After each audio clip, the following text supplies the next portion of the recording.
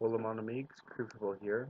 Today we're going to be reading a creepypasta called Deer in the Headlights by Kitsune9tails. The last time we saw Eric, the group of us were hanging out in our usual restaurant, pissing off the staff as usual by being too rowdy or mostly drinking coffee. We did order big appetizers now and then, and we tipped well, so when the waitress did give us grief, it was mostly good natured. I think the group of us weirdos were their nightly entertainment, truth be told. We didn't all meet there every night, of course. Some nights nobody showed up, and other times it was close to the whole group. This particular night, I think there was half a dozen or so. There were perhaps a dozen of us total, depending on who you consider the core group and who you consider hangers-on. Eric was in that gray area between the two until that night. From that moment he came in the door, we knew something was horribly wrong. He could barely stand, and he was white as a sheet. His hands were shaking visibly, and you could see white all around his eyes. We made room for him fast, and Juju ordered him coffee for him twice, black in case he was drunk, and decaf in case he was pissed off. He was pissed off, scared and pissed off. He didn't say anything at first. I'm not sure he could even understand our questions. I got a real bad sinking feeling in my stomach and squirmed away from the overstuffed booth. I went to the door to the parking lot and took a look at his truck. Sure enough, there was something smeared all over the front, but in the lighting there I couldn't see if it was blood. Choking down bile, I took an old napkin out of my pocket and swept it along the stain. Whatever it was hadn't dried quite yet. It was reddish, but mostly clear, and shot through with black. Oil? I went back to the booth to hear what he had to say. He blinked hard, like he was trying to wake himself from a bad dream, and took off his trucker's hat, a rare enough occurrence that we knew it was bad, to comb his greasy fingers through his unkempt, straw-colored, dirty hair. Finally spoke, furrowed his brow. His gaze became intense, angry. She's fucking with me. I saw one or two other kids kind of relax a bit. Girl trouble, they were thinking. Was that all? But I just set my jaw and stared at him. After a moment, he saw my eyes over his coffee cup and grimaced. Maybe at the horrible coffee, maybe at me. Ruby, I asked? That was the name of the last girl he'd gone out with, I think. He blinked in confusion for a second. Ruby? Oh, hell no. I must have wanted to run over with my truck, but I never. He trailed off. I saw some of the gang glancing at each other over the table. They were catching on. Cap adjusted his baseball bat. He put on a big smile and exaggerated relaxed attitude, and he kept his voice low. Funny you used to say that, Rick. Kinda thought you might have hit a deer on the way here, the way you look. Nate glanced over at me after he said that, but I held my gaze neutral. I could not be sure I'd seen blood in the front of his truck, and for that matter, it didn't look all dented up like it should have if he had grazed a deer. Besides, Eric was kind of a jerk that hitting deer didn't faze him. Like most things, it just pissed him off. Cap can handle himself in a fight, but the rest of us kind of braced. Juju looked at Eric all sympathetic, which was genuine coming from her. None of us expected Eric to start laughing. It kind of burst out of him, and we started to relax, thinking maybe this was some kind of gotcha. But it was the kind of thing Eric would have pulled if he was a little smarter and little less lazy. But the laughter went on too long, and it kind of started to sound like crying at the end there. Yeah, I hit a deer, he finally said, as the laughter died out of him. D-E-A, D-E-A-R. He let that sink in while he drank his coffee. Juju's hand went over her mouth. She stared silent as the implication set in. Cap's expression grew dark, which was expected and bad. When he got serious, people got hurt. He was the main man to have on your side in a problem, but you didn't ever want to be the problem. We weren't sure just yet whether Eric was the problem. The odds were not in his favor. Cap thought for a moment. Is she in the truck? Eric shook his head, which Cap did not like. Is she lying on the road, Rick? A dark chuckle and another head shake. Is she on the ground? Eric spoke with a sigh. Hell no. He looked Nate right in the eye. She's up, walking around. Cap matched his glower for glower. Is she hurt? Eric put down his cap and said for a moment, so we'd all see the sincerity in his face.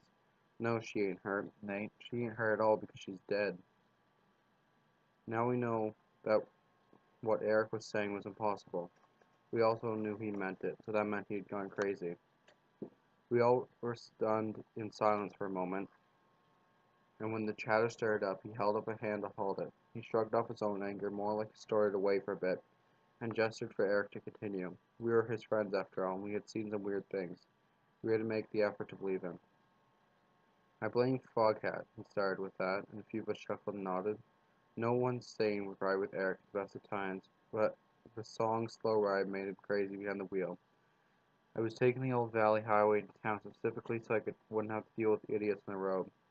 I guess I was a little loopy. It was a bad combination. There was no way anyone should have been on the road at the time of night, but there she was, a deer in my headlights. He gave us each a sour look, then continued, "You have to understand, it was not my fault.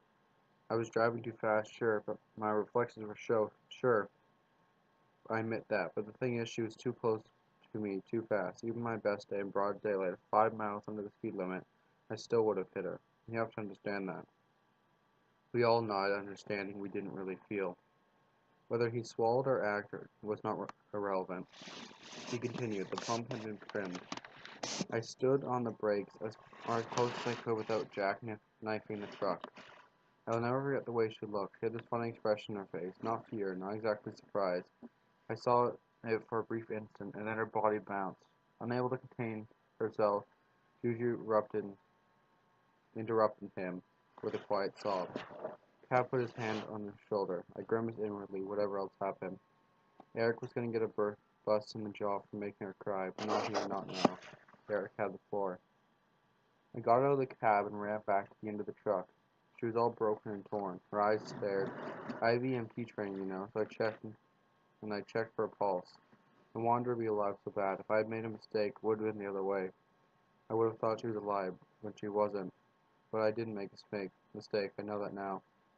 My phone got no bars, which was no surprise, so I went back to the truck to get on the radio. Nothing but static, which was a surprise. It was weird. Even in the valley, I usually get reception on the radio. So what was I supposed to do? If I stayed where I was, I'd cause another accident, or someone would see her body in the road and swerve. So I decided to put her in the truck. It wasn't like I was going to make her any deader, you know? So I climbed back out of the cab and looked to the back of the truck, and she was gone. Now I know what you're thinking, because I was thinking it then too. She was just stunned or something. She had gotten up and wandered off, maybe into the woods. I had to find her, else she would just wander until she got eaten by a bear or something. I didn't want her to suffer, so I set flares, went out in the woods with my lamp. I must have wandered around yelling, "Hey girl," for like an hour. I didn't manage to do anything but spook myself. The woods were tall and black as pitch. Every snap of a twig was a bear or a wolf. My white breath puffed into the darkness with the remainder that was alive, and the girl was dead or dying. And the whole time I was worried about some joyriding kids getting out into the road and smacking my truck or something. I admit, by the time I got back to the truck, I was a wreck. I didn't know what else to do. With no radio, no phone, no girl. I picked up my flares and started home. It was about half an hour later, when my nerves had just both started to calm down, my brain started to work, when I hit her again. We all glanced at each other. We could feel the crushing weight of guilt in his every word. So we could imagine what tricks his mind had played on that lonely road. In our glances, we conversed with something like telepathy. Should we stop him? Should we head out to the old road right now and look for the girl? In the end, we decided to let him talk. Just like before, he starting into his coffee like he could reheat it with his gaze. Suddenly, she was in front of me, too close for me to stop. My headlights washed over her, and this time I understood the expression on her face. It was glee. I couldn't help shaking my head a little to myself.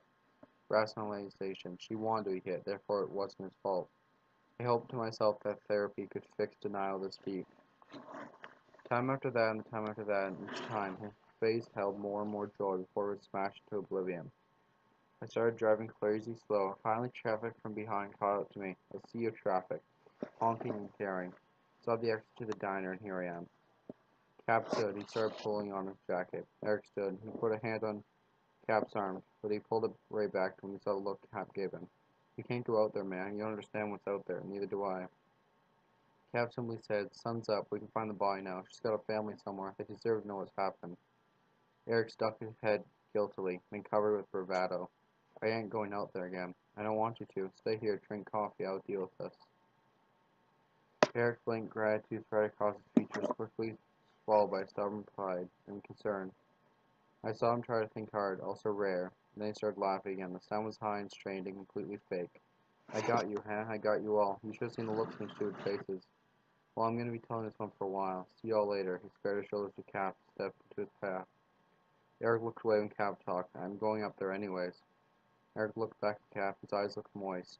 Not if I can stop you. The two men squared shoulders at each other, and the thought occurred to me to clear furniture out of the way. It was at that moment that a couple of thankfully oblivious cops entered. Eric seized his chance and walked right out past them, almost brushing shoulders with them, each earning a suspicious glance. Cap, who had a long, unhappy history with cops, turned away. A moment later, Eric's truck roared out of the parking lot, and I never saw him alive again. Sorely, Cap came back to the booth and said, "We should go out there. We should find the girl. Say we just happened upon whatever stain in the road there is when she got hit. Follow it back to wherever her body is. It's just a responsible thing to do." I nodded, "But we should hold up until these cops leave," I say. If the timetable on our story matches up with them being here, it could look bad. Cap furrowed his brow, frustrating with the time, and he nodded. For nearly an hour, we pried our cold feet and drank the bad coffee. Cops finally left. Our community's finest were on the job again. We settled the bill, and I stopped myself just before accidentally wiping my mouth on the sample of whatever I'd taken from Eric's truck. Whatever was on it was jet black now, with the barest hints of red. It was thicker now, concealed into something like syrup. It smelled strange, pungent, but not completely unpleasant. It made me think of maggots. My stomach rolling, I discarded it in the nearest wastebasket. It was at that moment that a little girl entered the restaurant. The wait staff stopped and stared, stunned as she did. She looked like 7 kinds of hell, and she was grinning as if she'd been told to get ready to go to Disneyland. The only sound was static when the radio began to counter. Her feet were bare and covered. No, caked in mud. She carried a scuffed and torn pair of Mary Janes in one hand. Her clothes were nothing but rags, pasted to her form with a combination of mud and some darker substance. Maybe they had been a nice blue dress once. It was impossible to tell.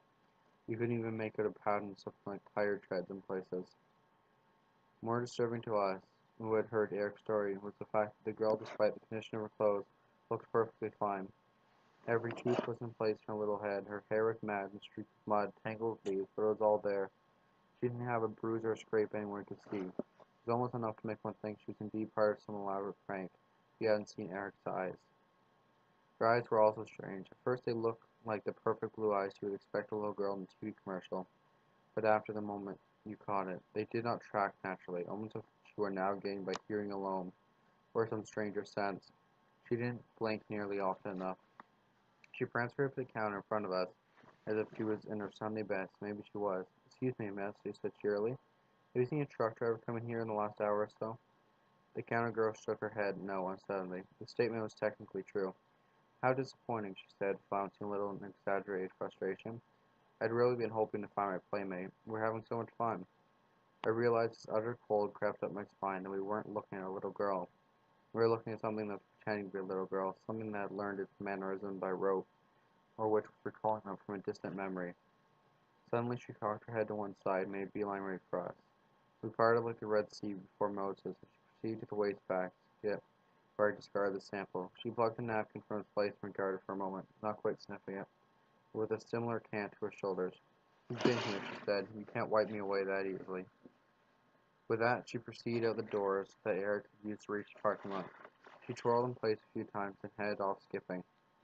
We all looked at each other. I think we all collectively decided, like something like telepathy, to act if Eric had indeed pranked us with some elaborate joke. Juju tried to get him on the phone, but all of a sudden she couldn't get any bars. We sat back down at the booth and tried over and over again. Eventually we got cell phone reception back. The calls to him went straight to voicemail. We never did get up to Valley Highway that day. I guess we figured there was nothing there for us to find. That was a creepypasta called Deer in the Headlight by Kitsune9tails. Thanks for watching. Leave a like if you enjoyed and subscribe if you're new. Thanks for watching and have a slightly more creepy day.